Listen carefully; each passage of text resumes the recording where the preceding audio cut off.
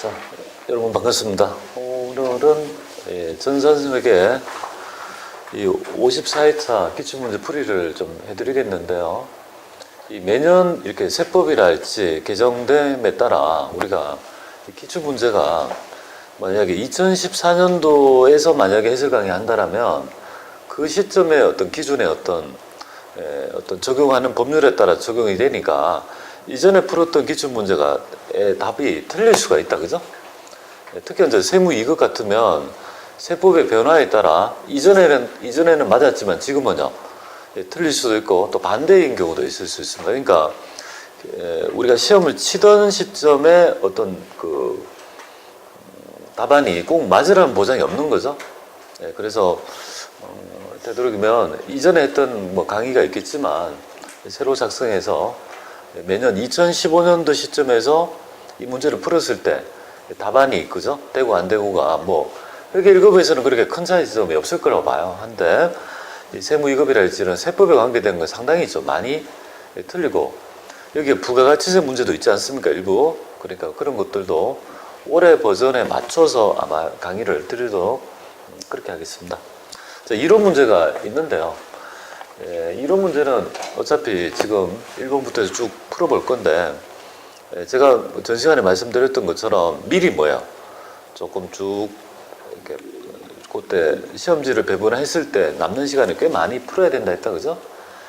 그렇게 해서 세부적으로 득점을 높이는 거는 나중에 얘기해요. 일단은 시간 안에 뭔가를 할 수 있다는 게 중요하니까요. 꼭 시간 안에 배분을 하시고 그 다음에 이어서 뭡니까?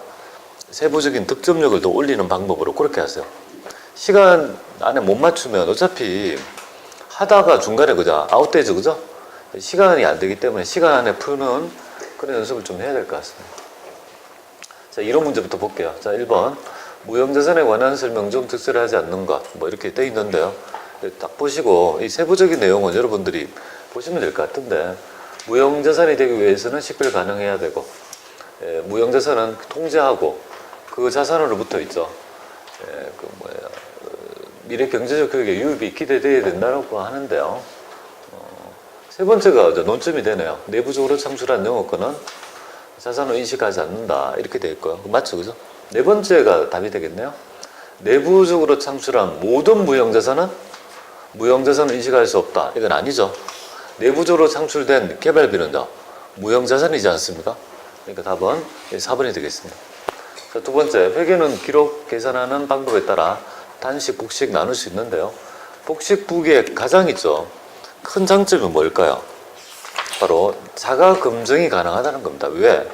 이 복식 부기의 원리는 원인과 결과를 똑같은 금액을 차변에 대변에 기록하는 방법이기 때문에 대변과 차변의 금액은 똑같아야 되는데 틀리다면요, 회계 거래의 기록을 오류가 났다는 걸 알 수 있죠? 그렇기 때문에 자가 검증이 가능하다는 부분이 가장 답은 1번이 되겠습니다. 자, 3번. 이 거래처로부터 받은 원재료를 계약금을, 그러니까 선수금을 뭘로 처리했다? 매출액으로 처리했다. 그럼 지금 이제 부채가 과수되고 매출이 뭡니까? 과대되어 있는 입장 아니겠습니까? 이런 재무제표에 영향을 미치는 거예요. 부채가 과수, 수익이 과대. 답은 3번이 되겠다. 그죠? 부채가 선수금이 잡아야 되는 걸 못 잡고 매출액이 뭡니까?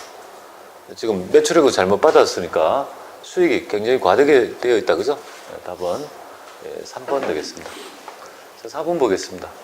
지금 기말현재 단기매매증권의 보유 현황은 다음과 같다. 단기매매증권을 보유함에 따라 손익계산서에 반영할 영업의 손익의 금액은 얼마냐? 이 말은 영업의 비용을 물어본 것도 아니고 영업의 수익도 물어보는 게 아니죠. 영업의 수익과 비용이 있다라면 그런 것들을 합한 금액이 얼마냐, 그러니까 차감한 금액이 얼마냐 이거죠. 자, 첫 번째 단기매매증권의 평가에 있습니다. 10만 원 뭡니까? 20만 원 주고 했는데 30만 원 올랐다. 10만 원 단기매매증권 평가이익, 그죠? 플러스 10만 원. 배당금 받았다. 6만 원. 배당금 수익. 그러면 수익은 얼마입니까? 16만 원 될 것이고요. 15만 원인데 기말에 12만 원 떨어졌다. 평가 손실. 비용이니까 3만 원 빼면 결국은 13만 원이 답이 되는 영업의 수익으로, 그죠? 이렇게 된다는 거, 손이. 자, 다섯 번째 보면 재무상태표상의 계정의 분류가 옳지 않은 것, 뭐 이거 쭉 보는데요. 뭐 당연히 있죠. 쭉 보시면 답은 1번이 되겠습니다.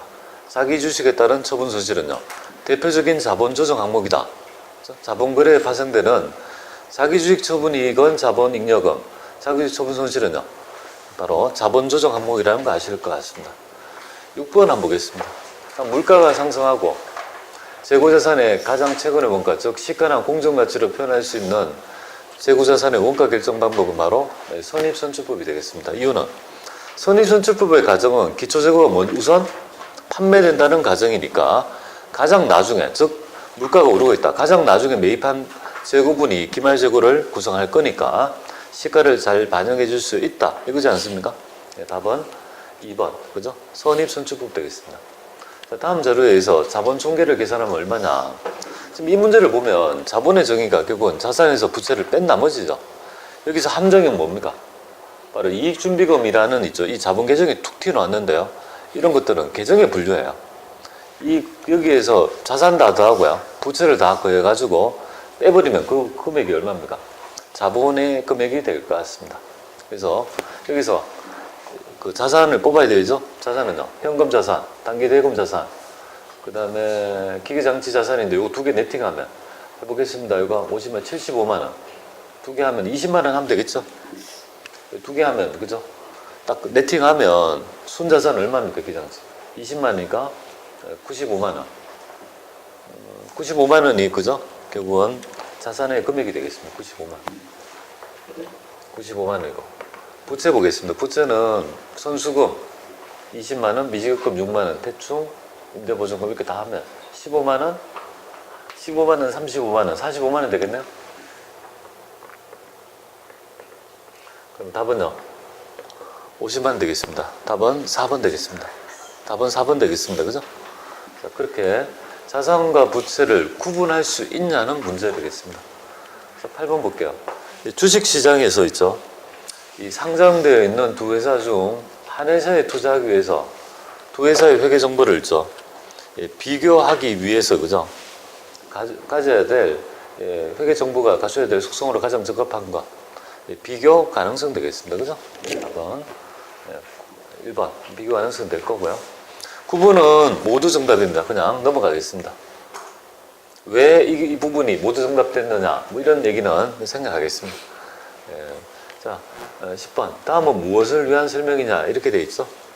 보조 부분의 원가를, 보조 부분의 배분 순서를 정한다는 말은 뭐예요? 일부만 인식한다는 방법이니까 단계 배분법. 인식 안 하는 거는 직접 배분법. 다 하는 거 상호 배분법. 그렇게 돼 있어. 그래서 이거는 배분 순서를 정한다는 말에서 뭡니까? 단계 배분법이라는 걸 아셔야 될 것 같습니다. 11번. 제공품의 대변에 기입되는 사항은 뭘까요? 제공품의 대변은 뭐냐면 결국은 공정에 투입한 원가는요, 사변에 있을 거고 산출 물량이 대변에 있죠. 산출의 완성품 원가를 단기 제품 제조 원가라고, 남아있는 기말 제공품 원가, 두 개가 구성이 될 겁니다. 그래서 단기 제품 제조 원가, 답은 3번이 되겠습니다. 자, 12번. 이 주세무는 직접 원가를 기준으로 제조간접비를 배부한다. 다음 자료에서 작업 지시서 넘버 1에 있죠. 제조간접비는 얼마냐. 자, 이거는 제가 제조간접비 배부 순서 3가지 말씀드렸죠. 첫 번째 어떻게 했습니까? 제조간접비 배부율을 구한다 했죠. 그죠? 그 다음에 내가 배부하려고 하는 부분을 가져. 이 부분에 배부 기준으로 삼은 금액을 찾고 배부율을 곱해서 배분하는, 배부 기준에서 배부율을 곱한 금액이 제조간접비 배부하는 방법입니다. 자, 그러면 배부율부터 먼저 구해야 되는데 뭐를 기준으로? 직접 원가를 기준으로 한다니까. 직접 원가가 얼마입니까 지금? 250이죠? 250이잖아요. 그러면 제조간접비를 나누면, 250을 나누면 3원이 된다는 사실 보이죠? 그죠? 왜냐하면 제조간접비에 나누기 얼마입니까? 250을 하면 결국은 3원이 되는 거 아니에요? 그죠? 맞죠? 그럼 제조간접비 배부율 3원 구했죠? 그리고 내가 배부하려는 부분에 배부 기준이 뭡니까? 70만 원이죠? 직접 원가. 그러면 3원 곱하기 70만 하면 210만 원 되겠습니다. 굉장히 기계적이고 거기에 따라 뭐 어렵지 않는 부분인 것 같습니다. 연습이 좀 필요합니다. 13번. 다음은 종합원가 계산과 개별원가 계산에 대한 설명으로 틀린 것. 그렇습니다. 재료비와 가공비의 구분이 중요한 것은 종합원가, 다품종 소량 생산은 종합원가, 동질 제품을 종합원가, 고객의 개별원가 적합하다. 답은 2번이 되겠습니다. 다품종을 소량으로 생산한 업종은요, 개별원가 계산에 용이하죠, 그죠? 그래서 그 특징 이런 거 살펴보시면 되겠습니다. 자, 그 다음에 이제 세법이 두 개인데 하나는 넘어가고요. 이거는 지금 전자세금 계산서 하다가 잘못 또 오류가 났고요. 15번. 부가가치세법상의 용역의 공급에 과세하지 않은 경우는 뭘까요? 자, 답은 1번이 되겠습니다. 고용관계에 의해서 근로를 제공한 것. 제가 용역에 대해서는 네 가지는 과세하지 않는다 했다, 그죠? 근로용역, 그 다음에 용역의 수입, 그 다음에 용역의 무상공급, 간주공급, 그죠? 물론 무상공급 중에서, 그죠? 요거 특수관계자 있는 자한테 사업용 부동산을 무상으로 용역하는 건 제외다 했죠, 그죠?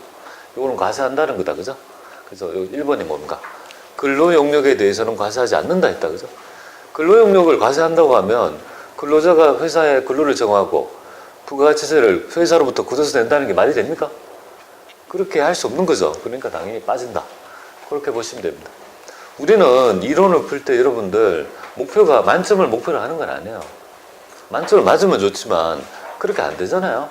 근데 제가 생각하는 마지노선은 11개 되겠습니다. 11개.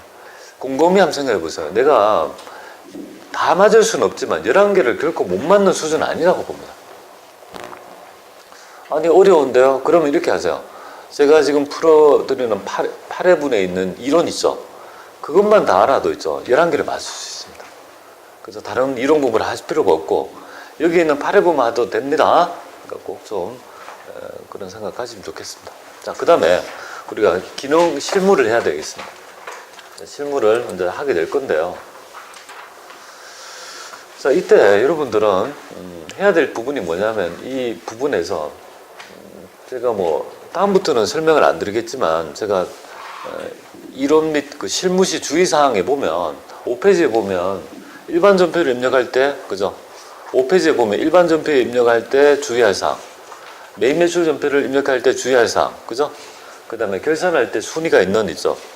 이거에 대한 얘기를 쭉 하고 있습니다. 지금 5페이지의 얘기죠, 그죠? 제가 나눠드렸던 거. 요 점을 일반 전표를 대할 때는 3개의 논점을 딱 생각하면서 하면 실수가 없고요. 매입 매출 전표 할 때는 제가 말씀드렸던 이 3개를 딱 생각하고 하면 실수가 없다는 겁니다. 그런데 기준이 없이 자꾸 실수가 자꾸 잦은 분들은요, 자기가 어떤 회계 처리를 할 때 뭔가 기준 없이 회계 처리를 하기 때문에 그렇습니다.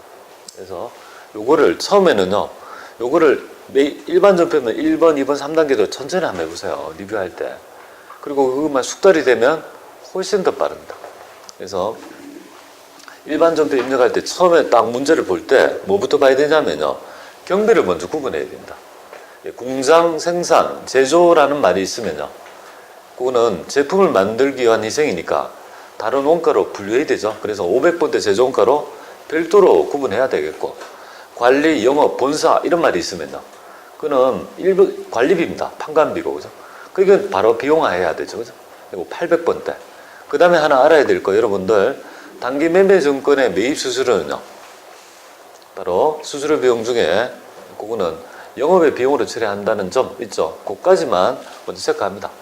그 다음에 이제 거래처를 입력을 해야 되는데, 거래처를 왜 입력하냐면 채권 채무를 관리하기 위함입니다. 우리 거래처 원장 배우셨잖아요. 장부 조회할 때. 거래처별로 채권 채무를 관리하려면 어떤 거래, 이 거래에 있죠. 채권 채무가 어떤 거래처라는 걸 표시하지 않으면 나중에 거래처별로 잔액이 안 되는 거 아니겠습니까?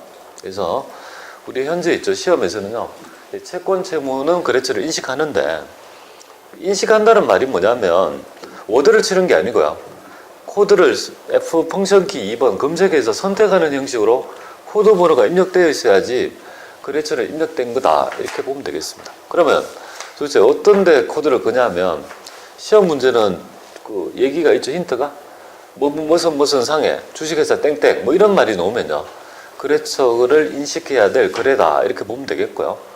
거래처를 그러면 안 하면 어떻게 되냐면 감점이 됩니다. 근데 이 거래처를 인식하지 않아야 되는데 거래처를 인식하면 어떻게 되냐 이거죠. 자, 인식해야 되는데 안 하면 감점이지만 해야 되는데 그죠? 안 해도 되는 걸 하면 이게 감점이냐? 그렇지 않습니다. 아시겠죠? 그래서 이 거래처가 내가 논점이 잘 안 쓴다라면 근데 대신에 비용하고 보통예금 이런 데는 걸지 마라 이거예요. 보통예금에 무슨 상이라고 할 수는 없는 거잖아요. 그죠? 그러니까 그걸 빼면 거래처를 딱 할 수 있다 이렇게 보면 되겠고 세 번째가 뭐냐면 우리 일방점도 거래 중에서 재고자산 중에서 그죠? 판매로 쓰이지 않고 다른 용도로 사용한 거 있죠. 기부했다, 소모품으로 썼다, 복리후생으로 썼다 이런 것들은 무조건 뭐 건다? 조교를 생략하는 게 원칙이지만 조교 8번에 타기정 대처를 건다는 점 요걸 가지고 하셔야 될 것 같습니다. 자, 요거 개념을 가지고 우리 실제 문제를 이제 좀 봐야 되겠죠. 그죠? 근데 그다음에 매입 매출점표 이렇게 쭉 유형 구분하고 경비, 이중거래처 뭐 그죠? 이런 거. 여기 제가 이중거래처라 했죠. 이중거래처는 뭐냐면 거래처가 두 개 언급하면요. 거래처를 두 개 언급하면 이것도 거래처를 두 개 언급하죠. 뭐 카드사가 대표적인데요. 그죠? 길동상회와 거래하면서 국민카드로 했다면 길동상회와 국민카드가 두 개 나오지 않습니까? 그런 거. 그럼 반드시 거래처는 뭐야? 두 개를 달아야 된다는 사실. 이것도 마찬가지죠. 일반적표에도 그런 것들을 하고 하되 카드로 하면 4번 분계 중에 유형을 4번을 하면 자동으로 구분해주고 혼합은요 수동으로 이중거래처를 걸어야 된다는 점. 그 다음에 결사는 수동과 자동이 있는데 거래 중에서 수동부터 먼저 하고 그 다음에 자동 있죠. 5개를 해야 된다는 점. 그리고 여기 마지막에 뭡니까? 전표 추가까지 해야 된다는 사실까지 좀 이해하시고요. 이거 좀 하고. 아까 전에 제가 뭐라고 했습니까? 이 문제를 이렇게 쭉 이걸 풀 때 이게 결국은 중요한데 우리가 시험을 딱 시작하면 좀 마음이 떨리고 그죠? 그렇죠? 그러니까 좀 안정감을 가지기 위해서 워밍업을 해야 되죠? 그래서 제가 문제를 몇 번부터 풀었습니까? 1번, 6번. 그죠? 그 순서대로 여러분은 풀고 그 다음에 뭐야? 2번, 3번, 4번, 5번 이렇게 있죠. 쭉 풀어내시면 될 것 같습니다. 그에 맞춰서 저도 같이 있죠. 문제 1번부터 해서 이제 6번부터 풀고 그렇게 해설 강의를 해드리도록 하겠습니다. 자, 그럼 문제 1번에 보면요. 다음은 기초정보관리에 대한 얘기고 이거 개정 과목을 등록해보라는 겁니다. 근데 지금 문제를 잘 읽어보면 이 청하스포츠는 제조부 직원 이런 말이 나오지 않습니까? 그 말의 의미를 알아야 됩니다. 제조부라고 하는 이유가 괜히 얘기하는 게 아니죠. 제조부라는 말은 뭐냐면 제조원가에 그죠? 뭔가 연관이 된다는 걸 알아야 되겠고 제조부 직원 모두 퇴직연금에 가입하기로 하고 퇴직급여 개정의 대체적용 3번 이 퇴직급여 개정은 판관비도 있고 제조원가도 있는 거죠. 그러니까 뭐 어디에 간다? 여기 보시면 제조원가에 가셔가지고 이 퇴직급여를 찾아가지고 여기에 이 적요 3번에 대체적용 3번에다가 확정기여형 같이 붙입니다. 퇴직연금. 만약에 시험 문제에서 아무런 있죠. 띄어쓰기 없다라면 그대로 표현해 줘야 됩니다. 띄어쓰기를 했으면 띄어쓰기를 하고 아니면 붙여쓰다면 그대로 붙여쓰기를 하시면 될 것 같습니다. 그리고 퇴직연금 운용자산에 있죠. 그럼 여기서 퇴직연금 운용자산을 찾아야 될 거 아니에요. 그죠? 그럼 찾을 때 컨트롤 F를 해서 퇴직연금 운용자산 이렇게 치면 지가 알아서 퇴직연금 운용자산으로 갈 거 아니에요? 찾을 거 아니에요? 찾아서 여기에다가 대체적인 1번에다가 확정급여형 퇴직연금 부담금 머리 길어요. 답이. 이렇게 한다 그죠? 만약에 내가 퇴직연금 운용자산을 잘 못 찾겠다 하면 어떻게 됩니까? 여기서 클릭해서 아무리 찾아도 잘 모르겠다 하면 어떻게 합니까? 순발력을 발휘하셔가지고요. 일반 점표에 가가지고 여기에 이렇게 가지고 여기에 뭡니까? 퇴직연금 여기 치면 번호가 여기 186번인 거 알잖아요. 그죠? 그쵸? 그럼 그렇게 해서 이렇게 된다 해서 여기에 186번을 여기서 해서 186 하면 자동적으로 찾아가죠. 그죠? 그래가지고 여기에 하도 돼요. 순발력의 문제죠. 그죠? 그렇게 해서 내가 번호를 찾아내면 될 것 같습니다. 적절하게. 여기서 하이라이트는 뭐냐면 이 퇴직급여 개정 있죠. 제조원가의 퇴직급여 있죠. 요거. 여기에 제조부 직원의 퇴직급여의 이 개정에 제대로 찾아갈 수 있느냐가 중요한 포인트 되겠습니다. 2번 보겠습니다. 자, 회사 메뉴에 가가지고 다음 사항을 조정해봐라요. 대표이사가 바뀌었네요. 그래서 대표자명이 송선아 씨로 바뀌었고, 자, 주민등록번호 79125-2236-512 이렇게 해서 있죠. 나머지는 없습니다. 시험에서는요, 제시한 자료만 하면 됩니다. 2개만 하면 족하다. 3점 되겠습니다. 자, 그 다음에 거래처를 등록해봐라. 그래서 지정된 거래처 1017, 그죠? 이렇게 되고, 그 다음에 주, 금강가구, 그 다음에 동시 거래처로 하라. 이렇게 되어 있고요. 그러면 클릭하셔가지고 사업자 등록번호를 입력합니다. 12338 26371 이렇게 하고, 제시된 자료 대표자 명의 김창원, 그 다음에 여기에 도소매 같은 건 어떻게 하면 이렇게 그대로 프리즌해 줍니다. 그 다음에 가구, 그 다음에 여기에 있죠. 주소는요, 역삼동 30이죠. 그래서 이거는 그냥 여기에 그냥 서울, 강남, 역삼, 그죠? 30 이렇게 해도 될 것 같은데, 그냥 여러분들은 혼란을 피하기 위해서 그냥 역삼동, 이게 옛날 자료라서 확인하고요. 옛날에는 이 시점에는 신주소 이런 게 없었거든요. 그러니까 지금은 신주소 어떻게 있으면 이렇게 30 이렇게 해서 마무리를 하시면 되겠습니다. 아시겠죠? 이렇게 해서 마무리를 하시면 되겠습니다. 자, 이렇게 해서 1, 2, 3을 풀고요. 그 다음에 어떻게 합니까? 넘어가서 어디로 갑니까? 6번부터 풉니다.